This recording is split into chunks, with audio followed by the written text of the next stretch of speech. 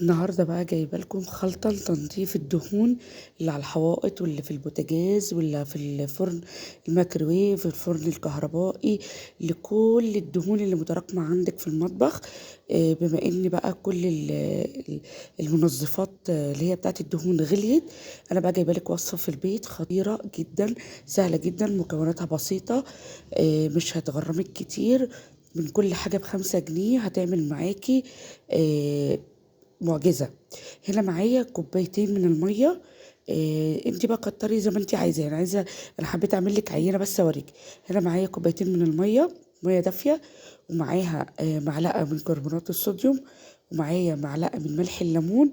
وحاولي ترجعي ورا شوية او تلبسي الكمامة عشان ريحتها قوية وهي بتعمل فوران زي ما انت شايفة كده. ومعلقة من البوتاص. وبرده خلي بالك وانتي بتعملي البسي جلافز عشان ايديكي ما لو عندك حساسيه او كده. يبقى معلقه من الكربونات الصوديوم، معلقه من ملح الليمون، معلقه من البوتاص، وكوبايه من الصابون المواعين العادي جدا اللي احنا بنغسل بيه الاطباق بتاعتنا. وهتبدا بقى ايه زي ما انت شايفه كده، هتعمل معاكي الفوران اللي هي عملته ده. وابدأي اخلطيهم كويس جدا مع بعض، بحيث انا قعدت اقلب كتير بحيث ان ال البوتاص والملح الليمون يدوبوا، عشان البوتاص بتبقى زي ما انتوا عارفين بيبقى ايه، عامل زي القشر كده.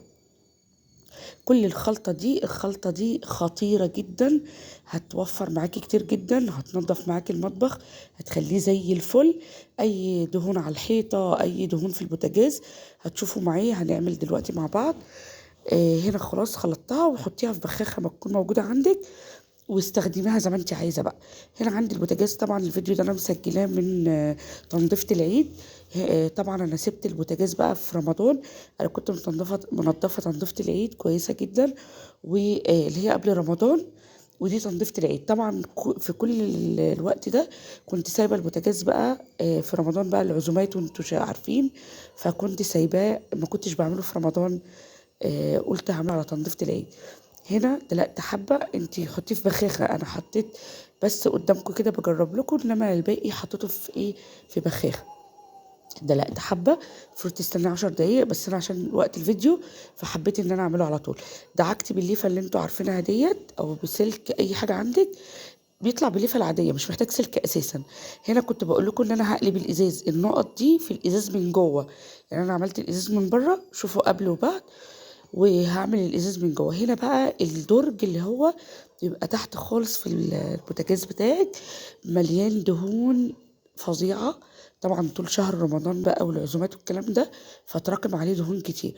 هنا قلت ايه هسيبه 10 دقايق عشان يديني نتيجه. هنا بصوا بقى الازاز كان عمل ازاي معايا. بصوا البوتاجاز، انا حبيت اوريكم بس البوتاجاز لمع معايا ازاي. بصوا المنديل هيطلع معايا عامل ازاي دلوقتي، بصوا لمع ازاي، كان عليه دهون كتير. بصوا الدهون، مجرد ان انت تمسحيه بس من منديل، ولا محتاج سلك ولا محتاج اي حاجه. اي آه باي بتاع ديت ليفه عندك، انتوا عارفين الليفه اللي هي الجاهزه دي. بصوا الازاز لمع ازاي، ده من بره. هقلبه بقى، هخلعه لان في مسامير كده وانا بخلعه وبعمله من جوه. جربوا الوصفه دي بنات، هتعجبكم جدا، وهتدعوا لي، وما تنسوش تشتركوا في القناه وتفعلوا الجرس عشان يوصلكوا كل جديد. باي باي.